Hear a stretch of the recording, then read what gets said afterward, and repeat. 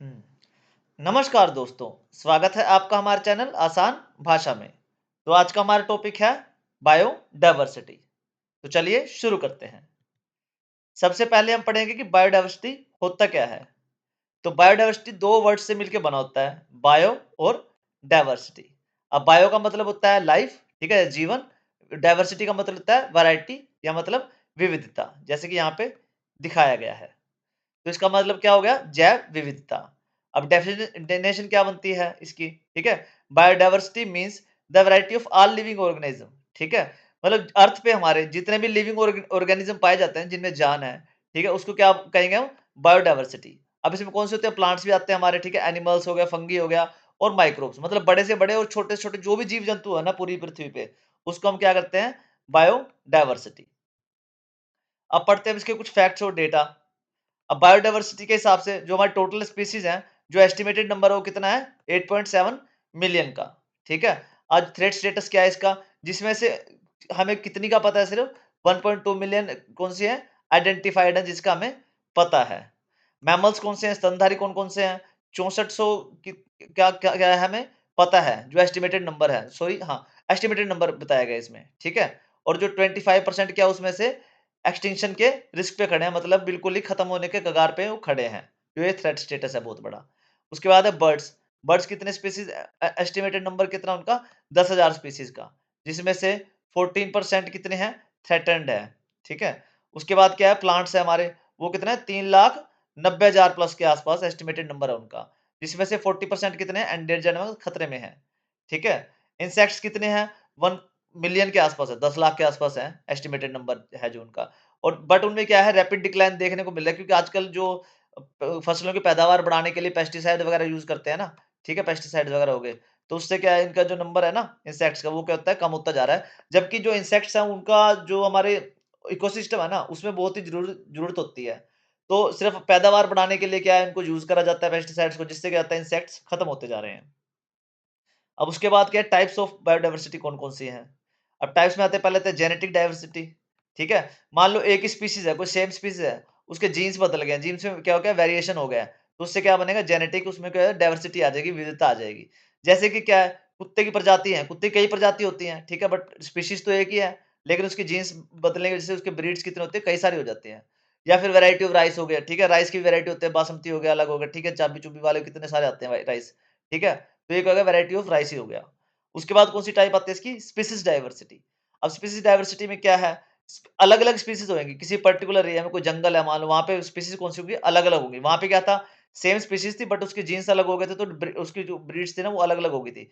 यहाँ पे क्या, स्पीसीज ही अलग अलग है एक पर्टिकुलर एरिया में, ठीक है। जैसे टाइगर्स हो गए, डियर्स हो गए, पिकॉक्स हो गए, मोर वगैरह, सांप वगैरह हो गए, जंगल में जो पाए जाते हैं, ये क्या हो गए, अलग अलग स्पीसीज ही हो गए, तो ये क्या हो गया, स्पीसीज डाइवर्सिटी।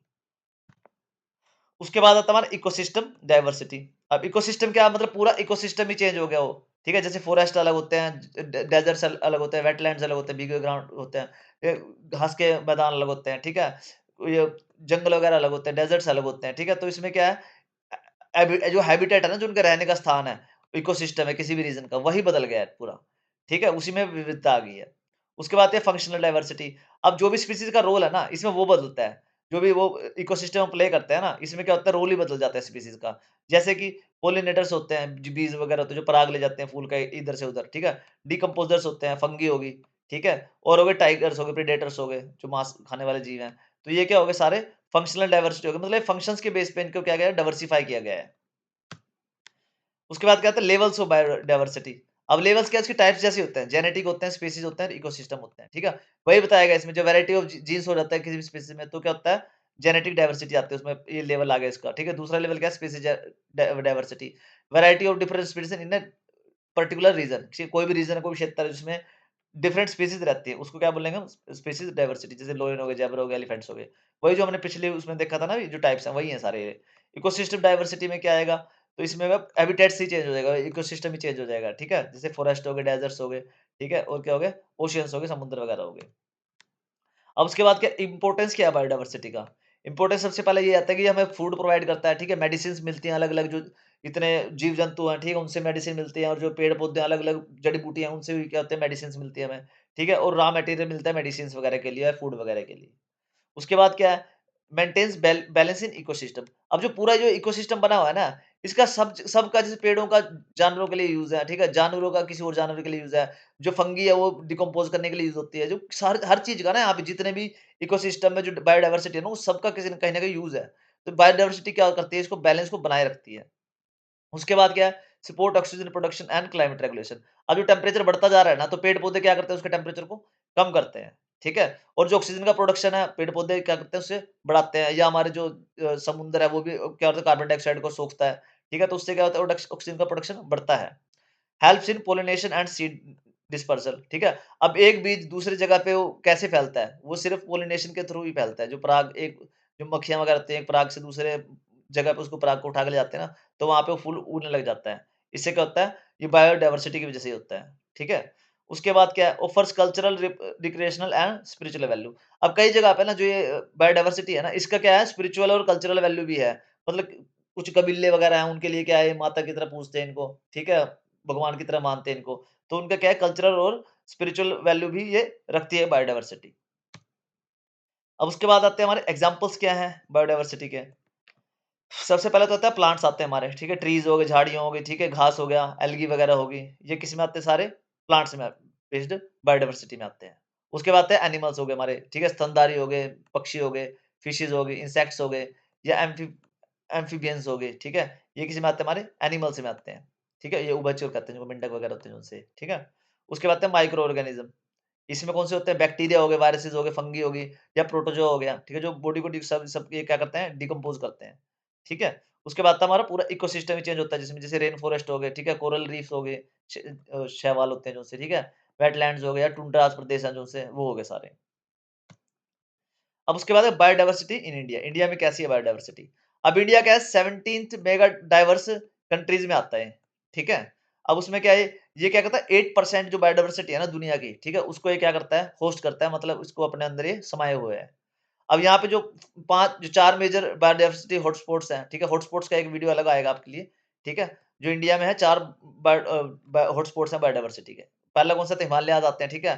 फिर कहता है इंडो बर्मा रीजन आता है, क्या वेस्टलैंड घाट्स आते हैं, ठीक है? सुंदरलैंड जो निकोबार आइलैंड्स है ना, उसमें वो भी इसमें अंदर आता है, जो बायोडायवर्सिटी हॉटस्पॉट्स हैं इंडिया के।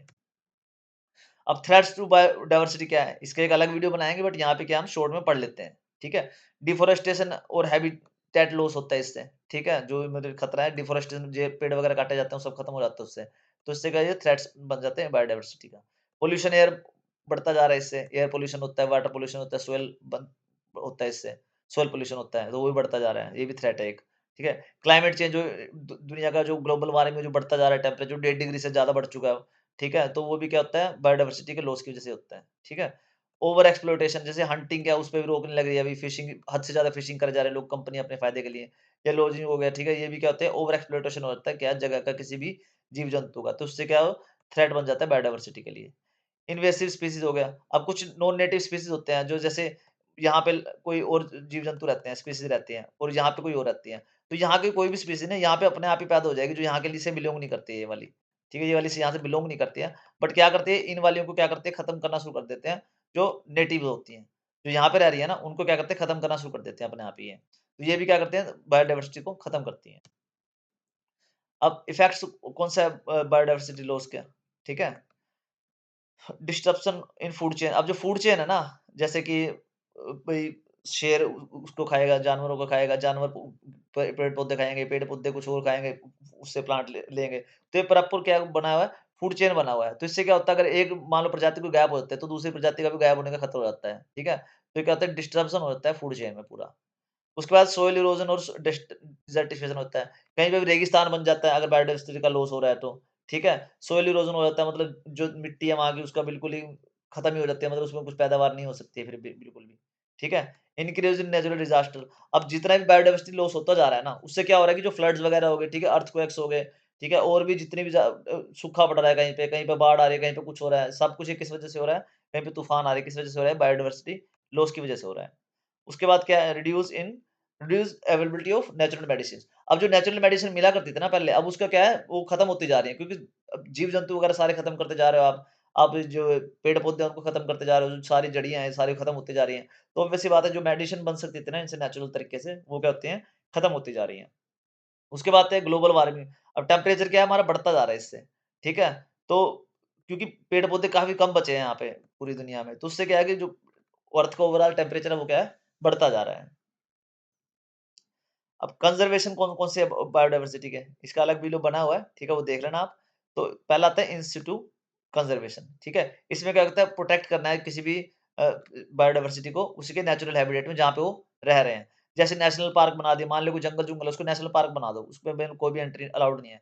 जैसे काज़ीरंगा हो गए, कॉर्बेट हो गए, ठीक है? ये नेशनल पार्क्स हैं सारे।